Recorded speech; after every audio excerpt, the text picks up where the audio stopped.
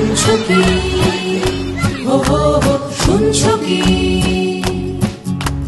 শুনছো কি, হো হো হো, শুনছো কি? রাত জাগা লাখো লাখো পাখিদের গান, শুনছো কি রাঙা মেঘার আহ্বান? শুনছো কি, হো হো হো, শুনছো কি, হো হো হো, রাত জাগা লাখো লাখো পাখিদের গান, শুনছো কি রাঙা মেঘার আহ্বান? না না না না না না না না না না না না না না, হাজার জীবন আর বাঁচবো না, গানে বসে শেষে আর নাচবো না। আয় তোরা দেখে যা নিজের ঝাপট, আয় তোরা দেখে যা ডানার দাপট, আয় তোরা দেখে যা নিজের ঝাপট, আয় তোরা দেখে যা ডানার দাপট। শিকলের মালা আর মানবো না,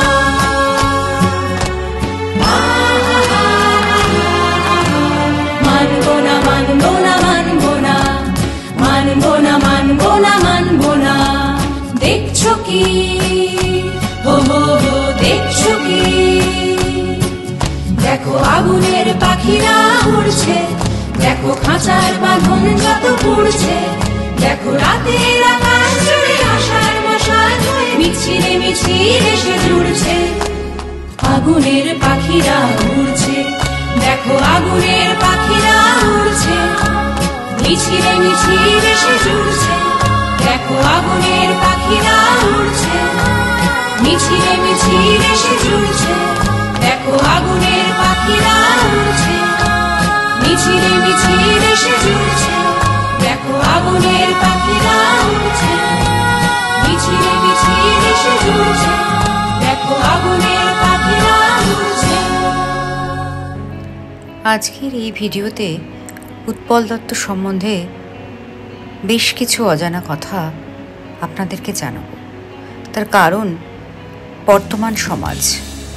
বর্তমান সমাজে দাঁড়িয়ে আজ যদি উনি থাকতেন তাহলে উনি কি করে ফেলতেন সেটা বোধহয় উনিই জানেন। তাই তার সম্বন্ধে কিছু কথা বলার আশু প্রয়োজন। ভিডিওটি সম্পূর্ণ দেখুন, তাহলেই জানতে পারবেন কেন বলছি ওনার সম্বন্ধে এই কথাগুলো। প্রথমে শুরু করছি উৎপল দত্তের একটি উক্তি দিয়ে। তিনি বলেছিলেন, বিপ্লবী থিয়েটার মূলত জনগণের থিয়েটার, যার মানে এটি জনগণের সামনে বাজানো উচিত। গণনাট্য আন্দোলন ছিল মূলত রাজনৈতিক আদর্শের প্রতিফলন। মার্ক্সবাদ থেকে প্রণীত এক ধারা, যেখানে মঞ্চ হয়ে ওঠে প্রতিবাদের মাধ্যম। তিনি মঞ্চের কারিগর। বাংলা মঞ্চনাটকে অভিনয় করতেন। তিনি শেক্সপিয়ার আন্তর্জাতিক থিয়েটার কোম্পানির সাথে ভ্রমণ করেছেন বেশ কয়েকবার। তাকে গ্রুপ থিয়েটারে অঙ্গনের সবচেয়ে প্রভাবশালী ব্যক্তিত্বদের অন্যতম হিসেবে গণ্য করা হয়। কৌতুক অভিনেতা হিসেবে তার খ্যাতি ছিল।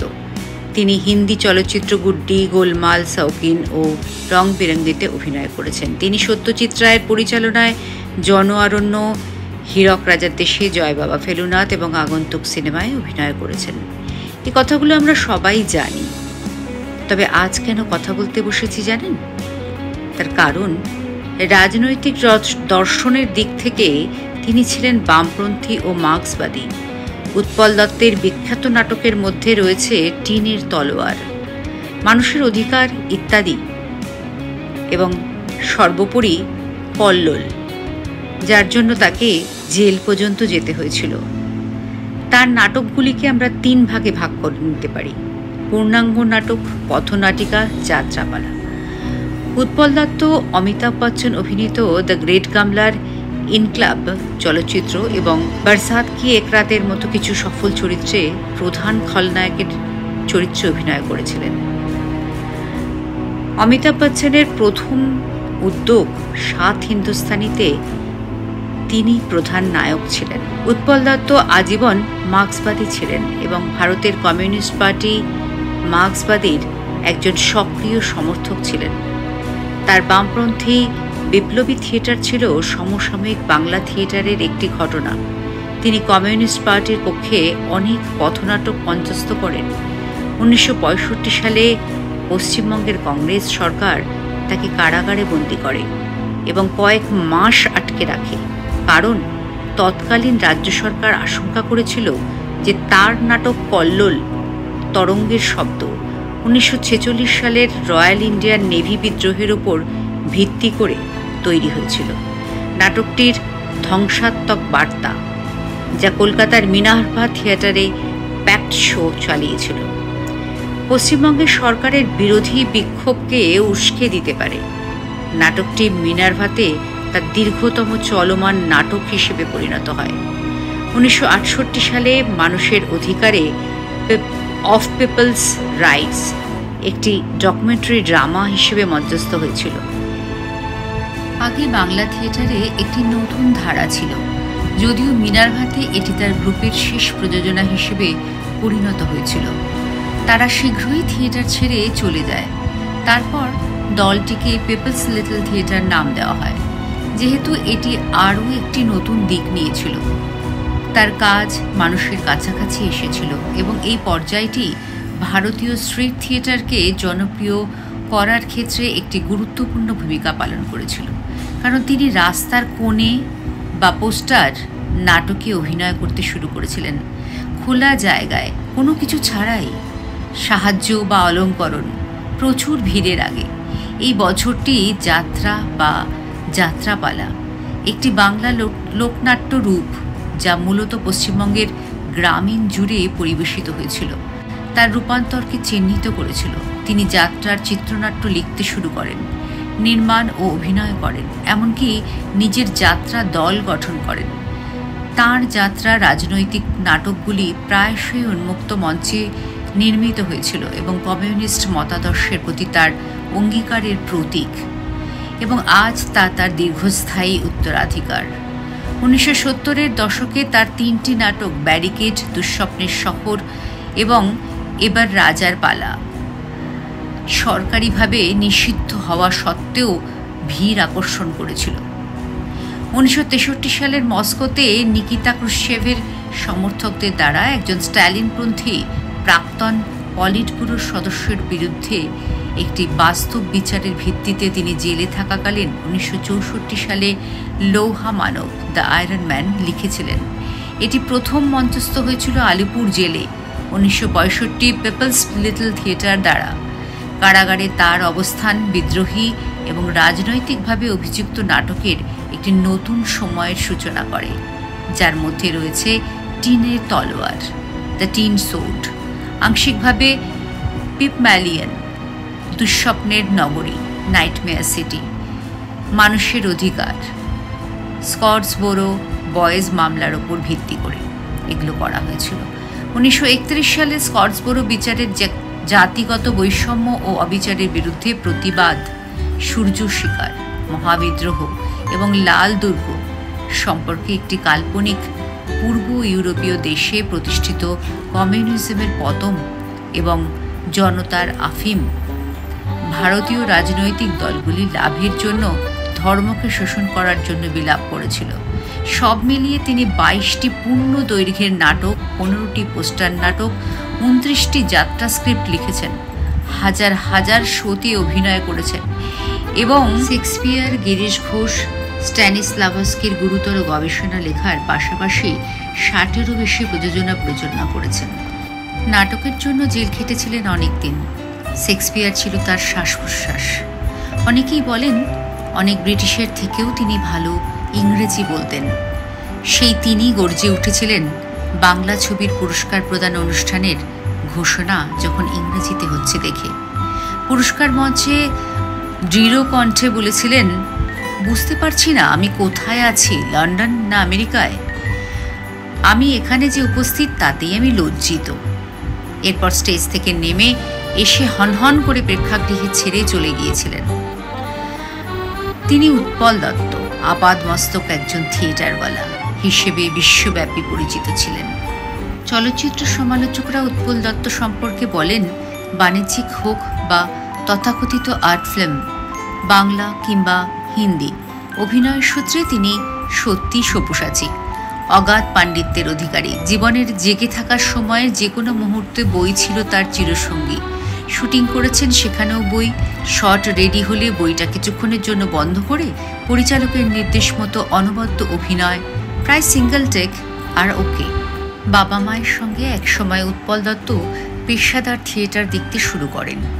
নিজেই লিখেছেন, মহেন্দ্র গুপ্তের পরিচালনায় স্টার থিয়েটারের প্রযোজনায় আমি তো রীতিমতো ভক্ত ছিলাম। আর অবশ্যই শিশির ভাদুড়ী মহাশয়ের শ্রীরঙ্গমের অভিনয়গুলি নিরবিচ্ছিন্ন মনোযোগে তার অভিনয় লক্ষ্য করতাম। সেই সব মহৎ কারবার দেখে মনে হলো আমার পক্ষে অভিনেতা ছাড়া আর কিছুই হবার নেই। আমার বয়স তখন 13।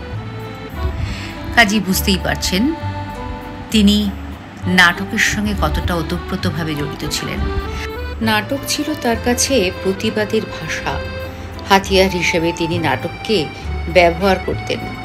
নিজের সম্পর্কে উৎপল দত্ত বলতেন, আমি শিল্পী নই, নাট্যকার বা অন্য যে কোনো আখ্যা লোকে আমাকে দিতে পারে, তবে আমি মনে করি আমি প্রোপাগান্ডিস্ট, শিল্পের প্রতি দায়বদ্ধ এক মানুষ। যখন 18 বছর বয়স তখন থেকে পেশাদার অভিনেতা। সেন্ট জেভিয়ার্স কলেজে পড়ার সময় তৈরি করেছিলেন দ্য শেক্সপিয়ারিয়ানস, অভিনয় করেছিলেন ইংরেজি নাটক Richard the Third. Utpal Dutta গণনাট্য সংঘের কলকাতা শাখার যোগ দিয়ে প্রথম বাংলা নাটক অভিনয় ভাগবন্দরে, পরে ম্যাকবেথ বাংলায় অভিনয় করেন। আমৃত্যু ইংরেজি ভাষা চর্চা করেছেন, তেমনভাবে বাংলা ভাষার জন্য হৃদয় ও আবেগের টানও অনুভব করেছেন। শেক্সপিয়ারকে নিয়ে তিনি বই লিখেছেন বাংলা ভাষায়। কল্লোল এক কালজয়ী নাটক, জন্ম দেয় গণ আন্দোলনের, নিষিদ্ধ হয় কল্লোল নাটক।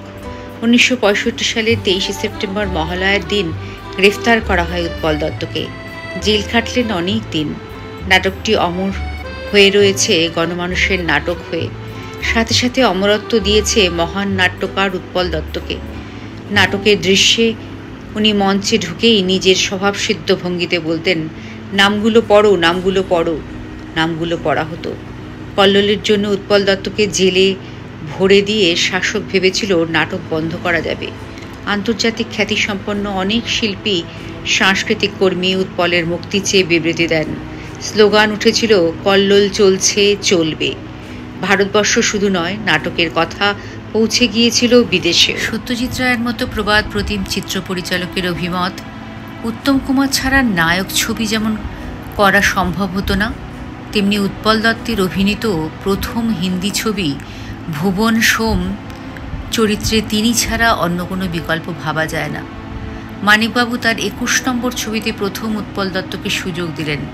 1976 সালে মুক্তিপ্রাপ্ত ছবি জন অরণ্যে জয় বাবা ফেলুনাথ ছবির ভিলেন মগনলাল মেঘরাজের চরিত্রের অন্যতম দুরূপের তাস। অবাঙ্গালির বাংলা উচ্চারণ উৎপল দত্তের অভিনয় গুণে অনবদ্য। আবার হীরক রাজার দেশে, যেখানে উৎপল দত্ত স্বয়ং হীরক রাজা, আগন্তুকে তিনি কেমন অভিনয় করেছেন সে কথা বাংলা চলচ্চিত্র নিয়ে বাংলা আলোচনা করতে গেলে উল্লেখ করতেই হয়। কেমন ছিল উৎপল দত্তের অভিনয়ের দ্যুতি বৈচিত্র্য। তিনি এক ও মা দ্বিতীয়াম ছিলেন। তার এই হীরক রাজা দেশের রাজার ভূমিকায় অভিনয় করে তিনি নিজেই দড়ি টেনে বলে গেছেন, দড়ি ধরে মারো টান, রাজা হবে খান খান। সত্যজিৎ রায়ের হীরক রাজার দেশে আজ বোধহয় তার আশু প্রয়োজন। সবশেষে বলি, উৎপল দত্ত এমন একজন মানুষ ছিলেন যিনি মাত্র 64 বছরে 100 বছরের কাজ করে গেছেন। কোথায় না তার অভিনয়ের ব্যাপ্তি ঘটেছে। নাটকে, সিনেমায়, যাত্রায়, টিভিতে, রেডিওতে সবকটা মাধ্যমে তার পদসঞ্চার ঘটেছে। কি লেখনী, কি অভিনয়, কি আবৃত্তি, কি বক্তৃতা, কি নির্দেশনা, সবেই তিনি আছেন, তিনি ছিলেন, থাকবেন। তিনি অদ্বিতীয় ছিলেন শেক্সপিয়ার, তিনি অদ্বিতীয় ছিলেন গিরিশ ও মাইকেল। আশা করি এবার বুঝতে পারছেন আমাদের দেশে এখন কাকে প্রয়োজন। তবে সবার আগে বলবো, তিলোত্তমার ন্যায় বিচারের দাবিতে আন্দোলনরত কোনো প্রতিবাদী যদি মিথ্যে মামলায় বা পুলিশি হয়রানির শিকার হন, আইনি পরামর্শের জন্য নির্দ্বিধায় যোগাযোগ করুন। নাম্বার দেওয়া রইল, সেই নাম্বারে অবশ্যই যোগাযোগ করবেন। এছাড়া কর্মরত যে সমস্ত ডাক্তাররা রয়েছেন, আন্দোলন করছেন, তাদের আন্দোলনের জন্য যারা সাহায্য করতে চান, তাদের কিছু নাম্বার এখানে আমি দিয়ে দিলাম। তারাই পাঠিয়েছেন। আপনারা যোগাযোগ করে তাদেরকে খাবার দাবার ইত্যাদি যা চান দিতে পারে। তার কথা আজও মনে পড়বে। তবে হ্যাঁ, তার জন্য যে সমস্ত ডাক্তাররা এখনও লড়ছেন এবং লড়বেনও আগামী দিন পর্যন্ত, আমরা তাদের পাশে আছি। কেউ তাদের পাশে থাকুক আর না থাকুক। মাননীয়ার সঙ্গে দেখা করতে গেলে কি ঘটনা হয় এবং তাদের যা বক্তব্য শুনে নেব একটুখানি। एक ऑफिशियल मीटिंग के लिए कालीघाट बुलाया गया तो हम वहां भी गए। उस मीटिंग में सबसे पहले जब हम वहां गए तो जो हमारी कंडीशंस थी कि सबसे पहले लाइव स्ट्रीमिंग हो, उससे हम नेगोशिएशन करके नीचे आए कि नहीं, लाइव स्ट्रीमिंग नहीं, हमें आप वीडियो रिकॉर्डिंग के साथ मीटिंग कंडक्ट करवाइए और वीडियो रिकॉर्डिंग का जो क्लिप है वो हमें दे दीजिए। इस पर भी अथॉरिटीज राजी नहीं हुए। उसके बाद ऑनरेबल चीफ मिनिस्टर खुद बाहर आई, उन्होंने हमसे रिक्वेस्ट किया कि आओ चाय पी लो, आओ मीटिंग करते हैं। लेकिन फिर भी West Bengal junior doctor front के एक डॉक्टर ने ये बताया कि हम चाय तभी पिएंगे जब हमें इंसाफ मिलेगा, हम पानी तभी पिएंगे जब हमें इंसाफ मिलेगा। उसके बाद हम बारिश में खड़े रहे इस इंतजार में कि दोबारा हम कोशिश करते रहे किसी तरह से मीटिंग में हम बैठ जाएं। लेकिन जब आखिरी में हम वीडियोग्राफी को भी हमने छोड़कर मिनट्स जो एक मीटिंग में लिखा जाता है, हर मिनट क्या हुआ है, उसके लिए भी हम जब तैयार हुए तो उसके बाद हमें कहा गया कि बहुत देर हो गई, अब मीटिंग नहीं किया जा सकता। हम वहां पर बारिश में खड़े रहे, इंतजार करते रहे। उसके बाद हमको वापस लौटना पड़ा। 30 लोग या यूं कहिए उससे ज्यादा भी जो लोग West Bengal junior doctor front के लिए गए थे इस मीटिंग के लिए ताकि सॉल्यूशन निकले, वो बहुत दुखी थे, वो बहुत उदास थे, वो बहुत हताश थे। हम चाहते थे कि इस मीटिंग का रिजल्ट निकले और जल्द से जल्द ये आंदोलन अपने जस्टिस के लिए पहुंचे। लेकिन जब हम बस में चढ़ते हैं तो हमने देखा कि एक आदमी जिसके लिए जब हमने ये आंदोलन शुरू किया कि वो गुनहगार है, वो खूनी है, वो करप्ट है, तो सबने हमें कहा था कि तुम आंदोलन क्यों कर रहे हो, तुम क्या उसे रोक पाओगे, वो तो बहुत ताकतवर है, वो तो तुम्हें यूं ही फंसा देगा, वो तो तुम्हें मिटा देगा। लेकिन हम अपने पैरों को जमाए रखा। आज 35वें दिन संदीप घोष वो जेल के अंदर गया। ये इस बात का सबूत है कि जो डिमांड हमने शुरू से लिखा था, हमारा जो डिमांड जो जस्टिस से पूरा रिलेटेड है, वो डिमांड सच है। वो डिमांड पे मुहर लग गई कि संदीप घोष ने जो किया वो एक इंस्टीट्यूशनल क्राइम है। ऐसे न जाने कितने मेडिकल कॉलेजेस के प्रिंसिपल्स हो सकता है इसमें इन्वॉल्व हो, ऐसे न जाने कितने ऑफिशियल्स इन्वॉल्व हो। हमारा डिमांड ये है कि जो भी इसमें शामिल है वो इस्तीफा दें, उन्हें कानूनी दायरे में लिया जाए और इंसाफ मिले। और हमारा आंदोलन तब तक चलता रहेगा जब तक इंसाफ नहीं मिलता। हम यहाँ अभया के लिए आए हैं और अभया का इंसाफ लेकर ही वापस लौटेंगे।